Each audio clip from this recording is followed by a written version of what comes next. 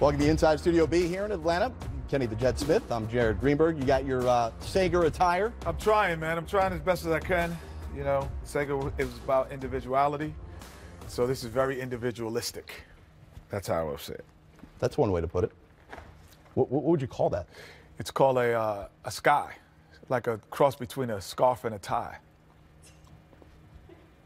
Is that a real thing, or I just made it up today. I mean, stick with it. And I'm going to start doing it right now. So I can cross TNT between. doing their Craig Sager tribute tonight. We on NBA I might TV. get crazier. I don't know if this is crazy enough. So. All right, get crazy. Get weird. That's what we like around here. NBA TV will do our Craig Sager tribute tomorrow night. Okay. Tonight, though, how about this? We got ourselves a pretty good doubleheader, starting with the Warriors in the Eastern time zone, so that's fun. We don't have to stay up real late to watch this one. Playing at 8 o'clock Eastern. The champs, winners of 3 in a row, no Curry, taking on the best team in basketball right now, the Toronto Raptors. Yeah, this is a great matchup. Obviously, Toronto has figured out who they are very quickly. Typically you would think, if you look at the Lakers with LeBron James, it's taking them to figure out who they are with a great player being added. But they've figured out who they are. They understand. We know Golden State knows who they are.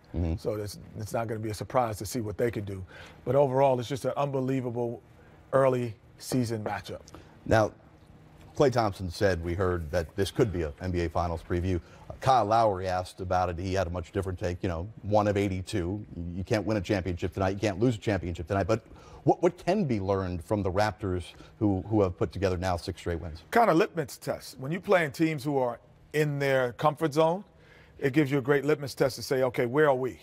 And what do we need to add on? Because, you could play, up-and-coming teams, and then it still doesn't give you an indicator on how well you're playing or where you are.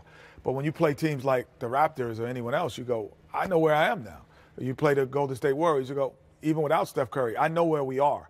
And I think that's what everyone's looking forward to seeing. Well, when Curry first went out, the Warriors seemed to struggle to figure out their offense. Kevin Durant was putting up good numbers, but people wanted him to put up great numbers. And now he's done that over the last 2 games, back-to-back 40-point efforts from Kevin Durant. And again, no Curry, no Draymond Green tonight, so he'll be counted upon to go against what is expected to be one of the best defensive units in all of basketball with the Raptors. Best defensive units because they have guys who are committed to guard the three-point line, and they have guys who can functionally guard it. This new, what everyone says, positionless basketball, they're actually built for it. I don't call it positionless basketball. I think there's still, 5 positions because you still need someone to lead the team from the point position, and you still need someone to anchor your defense. But what this does is you don't have to be a great three-point shooter to be a big, but you damn well be able to guard it. If you can guard the 3, you can play. That is just as important as being able to shoot it. And so Toronto has a plethora of guys who can actually guard the three-point and sometimes don't shoot it. And then they have guys who can shoot it and guard it. So that's what makes them, Golden State, teams like that, so great. Interesting, as you've been following the Raptors all season long, Nick Nurse adjusting his starting lineup to who the opponent is or who he feels has the hot hand tonight. Durant's former teammate, Serge Ibaka, back into the starting lineup. Got to imagine he'll take some of the load trying to slow down Durant, as well as Kawhi Leonard and OG Anunoby. But he could shoot the 3, and he could guard it, more important. Right. Draymond guys who are in the 5 position for Golden State, rather, at times either going to rim run or they're going to shoot the 3. When Draymond's in their lineup, they shoot the 3 and they rim run. So without him, with the bigs, Ibaka can play both positions and kind of do both things. He can move from 4 to 5. He can play multiple positions. So no surprise that he's being inserted back. When we look at the Warriors, the hot start they got off to with Steph Curry, when he was healthy, he was putting up numbers that are even incredible for him. We looked and we said, okay, they're not playing complacent. They're not looking to flip the switch. They're focused in. And we wondered if they'd be able to sustain that. And we look back on the last couple of years, and one thing Steve Kerr's talked about is a couple of years ago, they had the Spurs who won 67 games. Last year, the Rockets won 65 games. They had teams kind of pushing them along. With the West shaping out the way it is right now, with 14 teams legitimately thinking that they have a shot to make the playoffs this year, how does that change the way the Warriors are going to play this regular season? It doesn't. I mean, they're like golf.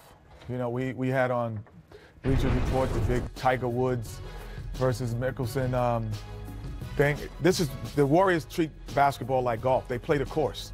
They don't play the opponent.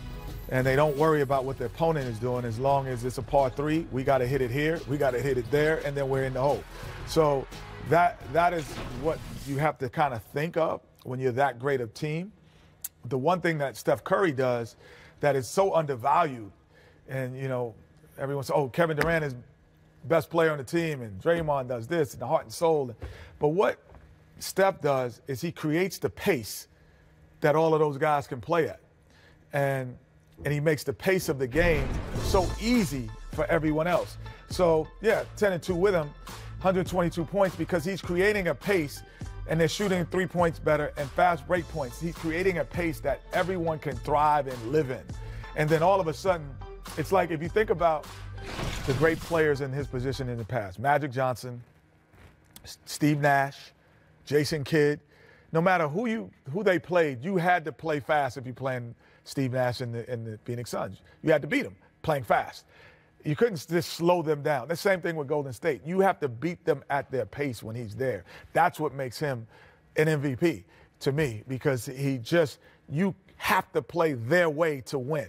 And that is difficult for everyone to do. So if we take that small sample size of the first 12, where with Curry they won 10 games, and you play this thing out, and if the Raptors are the team that makes it there, can Toronto give the Warriors a series in the NBA Finals? Yeah, because Toronto now has the ability to score and play fast. I thought the only way they played last year was they were very good at playing at a medium speed. So, you know, in the 105s, the 110s, they were probably the best team in basketball. But when you stretched them and made them play at a different pace, at times they weren't as good because they had 2-point shooters and not 3-point shooters, and they didn't have anyone who commanded a double team every time like Kawhi does. He commands a double team in the low post. He commands a double team if you play him one-on-one off the dribble, and he can play in the mid-range games as well. So that separate them this year. You know, with as great as DeRozan was, he's a 2-point shooter, and that probably, when you play teams like even last year with Cleveland, and you play teams like Golden State, it doesn't always be as effective. And you'll see tonight on TNT just how deep the Raptors are as well. Nick Nurse can go 10, 11, 12 deep in the first half. And the Warriors certainly not only without Steph and Draymond, but their bench is struggling. We'll see what type of production they can get out of them. Coming up 8 o'clock Eastern, it is the Warriors and the Raptors on TNT. Plenty more to come here on this edition. Diesel's Dunks in the